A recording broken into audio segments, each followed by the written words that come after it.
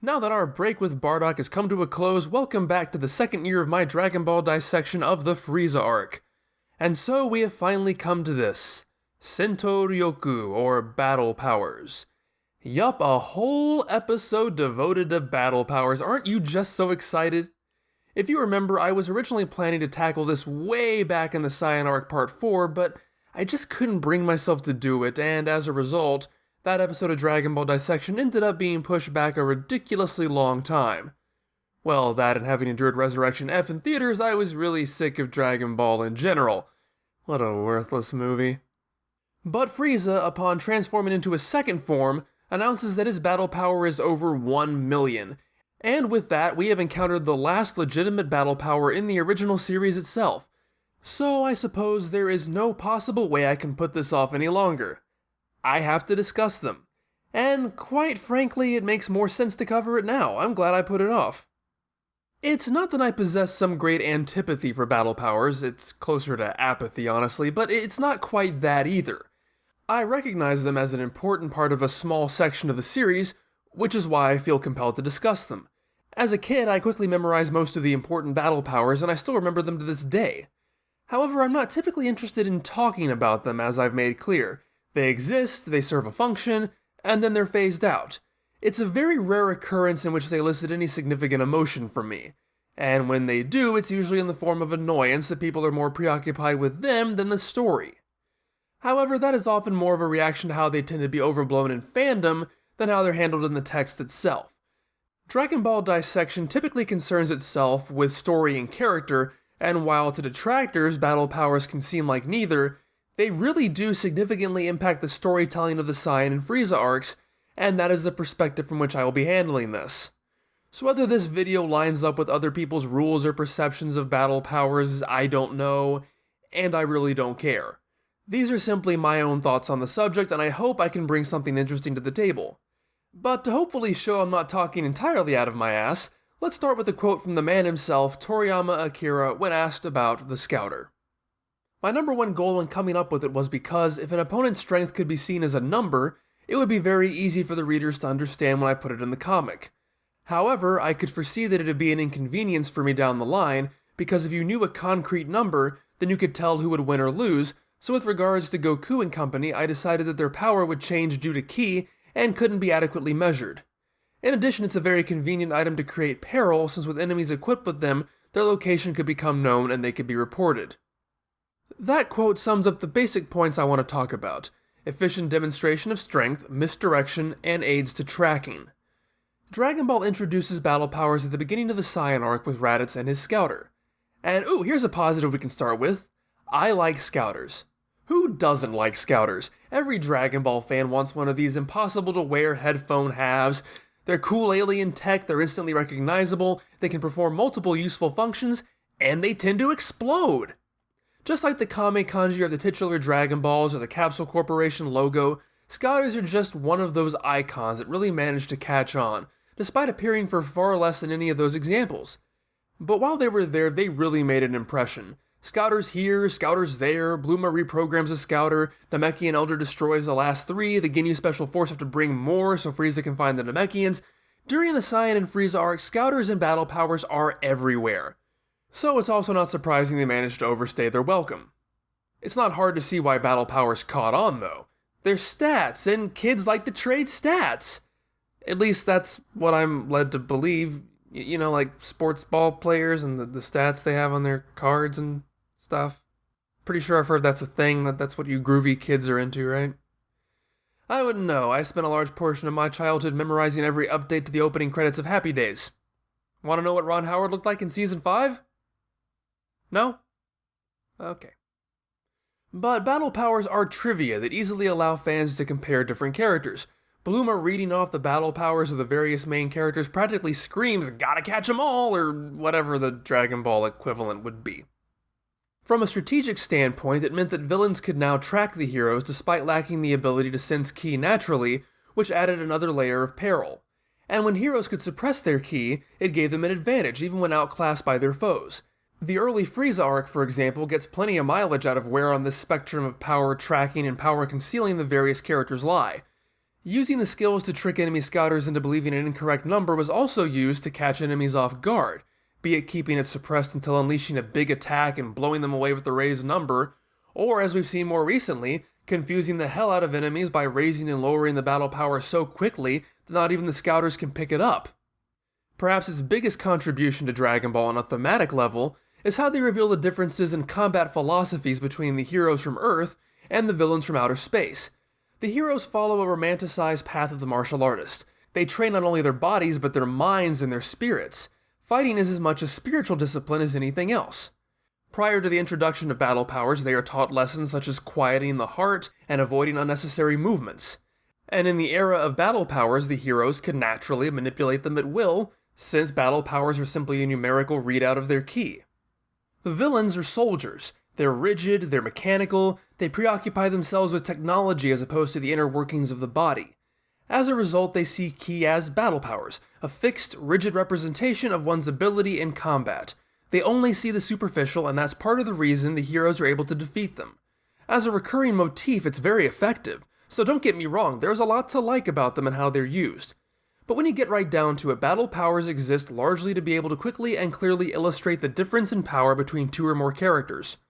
So for example, in the Saiyan arc, we have Gohan, Kuririn, and Piccolo at 1,000 being tossed around by Nappa.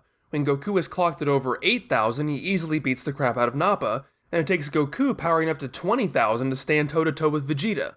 The numbers, in combination with how we see the characters in relation to each other, give us a frame of reference for how terrible a threat is.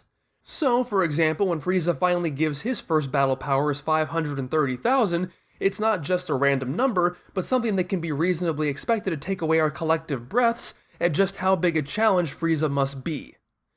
Of course, there are some problems with this. One is that it could be said to be a violation of one of the rules of writing: show, don't tell. Rather than demonstrating how strong someone is, a character just has to say a number. To be honest though, as much as I tend to agree with that rule in general, that's probably the least of my concerns here. I mean, let's look at a few examples. Here's the original Great Demon King Piccolo blowing up a city. Here's Nappa blasting a huge crevice into the ground. And here's something we just saw in the last part, Freeza leveling the island they're all on. Now, just putting all those side by side, there's really not that much of a difference here. In fact, of these three admittedly cherry-picked examples, Piccolo seems like the most destructive. And yet characters who, at the point in the story we're at now, could easily defeat Piccolo, are crapping their pants over Freeza blowing up a tiny island and knocking them around a bit. And I certainly don't say that to lead into a rant about, oh, the feats are inconsistent, what's wrong with the power scaling? I talk about it to illustrate how, once the superhuman powers reach a certain level, it becomes difficult to keep them from all looking the same, even though story-wise, they're supposed to be escalating in power. At this point, it would take someone blowing up a planet to really stand out, and who'd do something like that? And even if someone did, how could you possibly top that? So battle powers do help get that point across, even if at times they appear to be the cheap way out. That said though, I think devaluing fighting to numbers and devaluing characters to numbers are ultimately bad ideas, and the effects on the fandom are still seen to this day.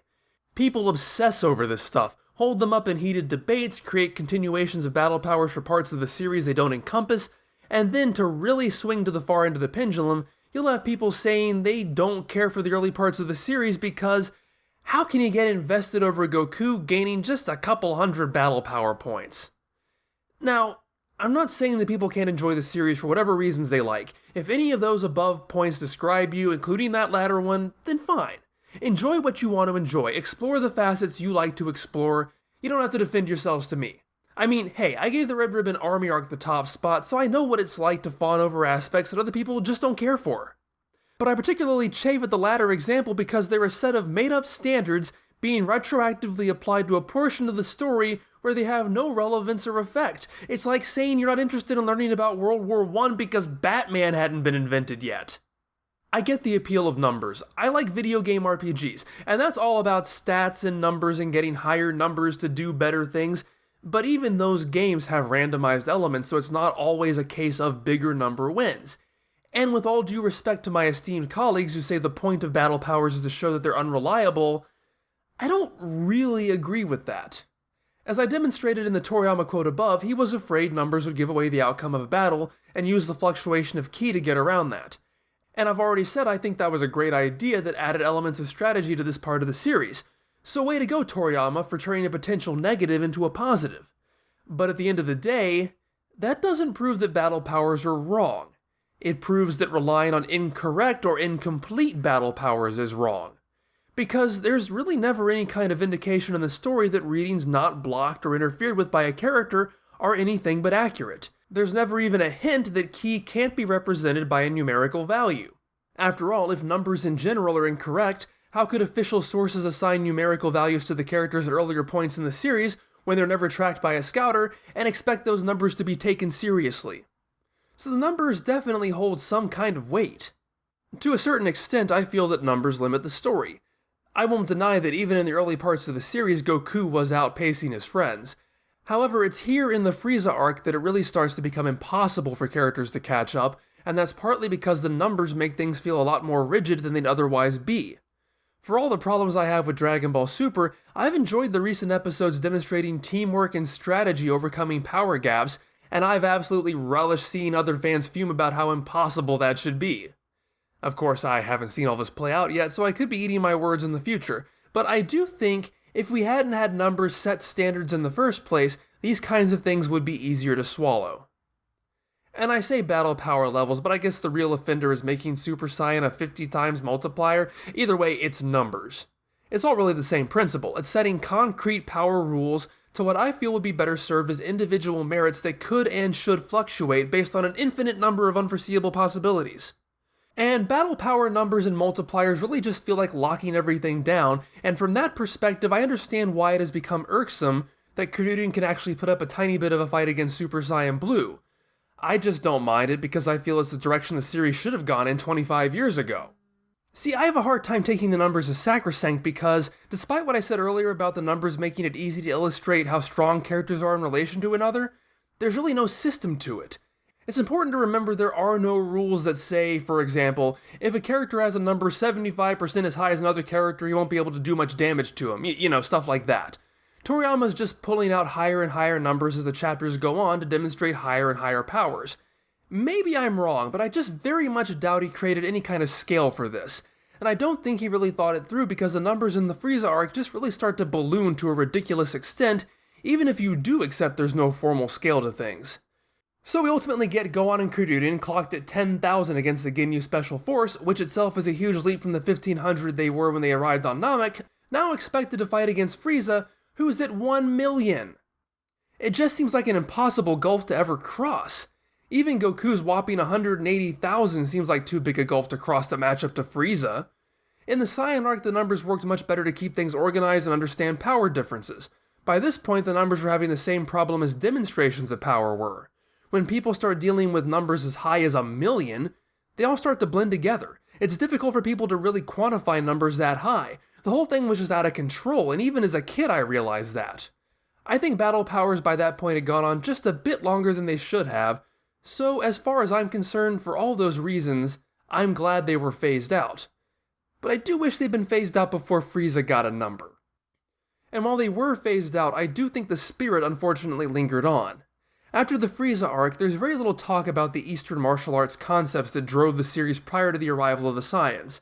The fighting becomes more and more about power-ups and transformations and various ways to pull out more power.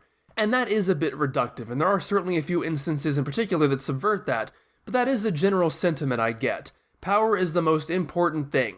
And that really began to take hold in the Freeza arc, where characters pulling out transformations and unexpected power-ups became the crutch to build drama, something I'll be talking about quite a bit in the next episode.